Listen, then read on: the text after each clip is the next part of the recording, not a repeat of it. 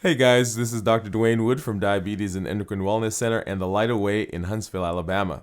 Today we're going to be talking about hot flashes. Let's get started.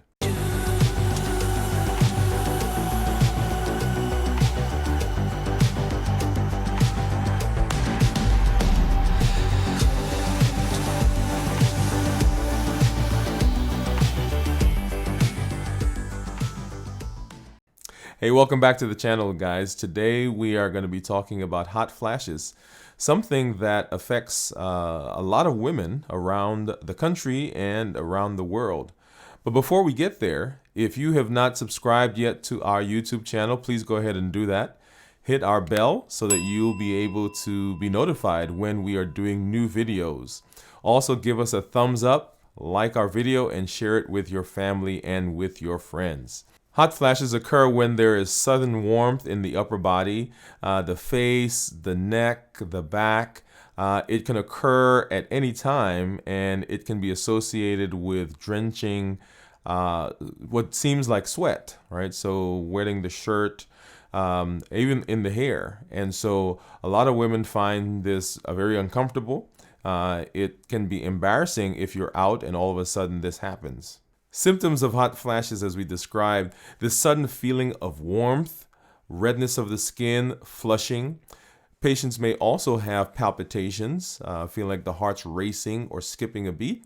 Also, this sudden feeling of anxiety and this hot flash as it passes can also produce the chills that we feel, that alternating heat and cold. So what causes hot flashes? Well, estrogen is the female reproductive hormone, but it not only helps with reproduction, but it also interacts with a part of the brain called the hypothalamus.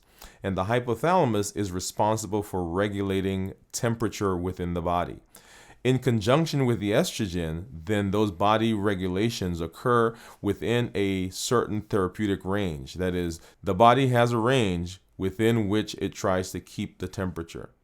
And because of falling estrogen levels, and this occurs premenopausal, perimenopausal, if you will, and in menopause, those estrogen levels are rapidly decreasing. And because of that, the hypothalamus has a more difficult time helping to regulate the body's temperature.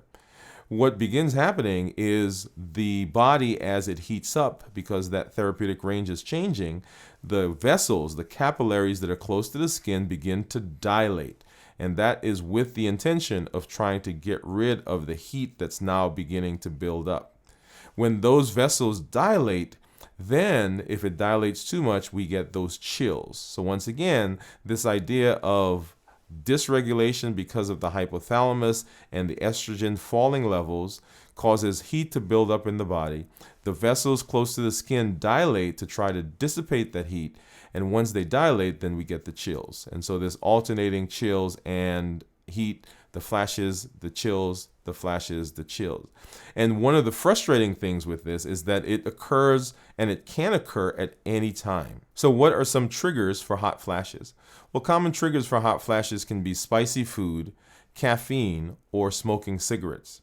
And although those are triggers, hot flashes, as I indicated before, can occur at any time without any particular triggers. So what can we do for hot flashes? There are several therapies that can be used to treat hot flashes, beginning with hormonal therapy, that is replacing the estrogen levels. As I indicated, those estrogen levels are falling, and so replacing that can be one way of mitigating those symptoms. Women that have had a hysterectomy can take estrogen alone, but those who have not, if they still have an intact uterus, should probably use estrogen in conjunction with progesterone.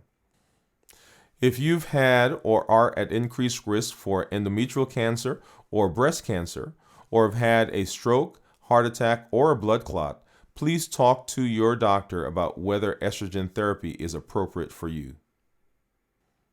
There are several medications that can be used in the treatment of hot flashes. The first class is a group called antidepressants.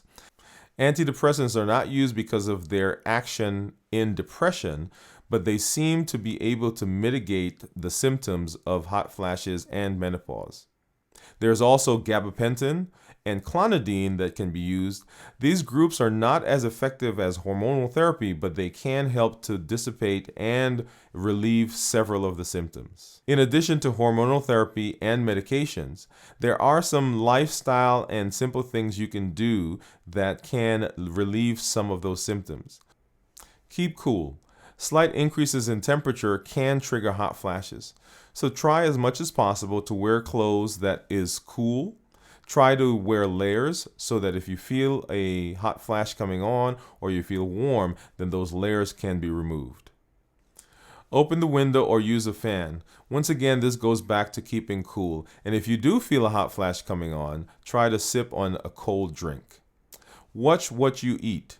So spicy foods, caffeine, or alcohol can trigger hot flashes, so as much as possible, try to avoid those beverages. Don't smoke. Smoking is linked with increased hot flashes. So not only does not smoking improve the hot flashes, but they also decrease the chances of other complications in other areas like lung cancer and emphysema. Maintain a healthy body weight. If you are overweight or obese, decreasing your weight may help with hot flashes.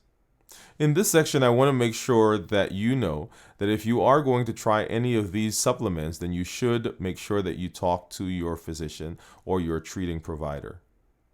Plant estrogens. Many Asian women who eat a lot of soy have noticed that they have decreased hot flashes or symptoms of menopause. So while this is not scientifically proven, that is something that can be tried to see if this improves the hot flashes. Black cohosh is a supplement that can be used, and although, once again, there is not a lot of scientific data that shows that it is associated with lowering hot flashes, it is something that is recommended and has been used and has been effective in many women. Other supplements would be ginseng, donkey, and vitamin E. And all of these, in certain instances, have been associated with improved symptoms, although there is not any scientific data that supports it. So our challenge for you for this video, if you are having any of these symptoms, please talk to your healthcare provider. There are effective therapies that can be used that can minimize the symptoms and that help you get back to living a full, healthy, comfortable life. If you've not already done so, please go ahead and hit our subscribe button if you're getting some benefit. Hit our bell so that you will be notified of other videos that we do. Like us, give us a thumbs up, and share this video with family and friends. Also, we'd love to hear from you. If you are having hot flashes, if you've had them in the past, let us know what you've used, what therapies have been helpful for you, so that we can share that with the rest of our community. This is Dr. Dwain Woode from Diabetes and Endocrine Wellness Center and The Light Away, educating the public for a better you.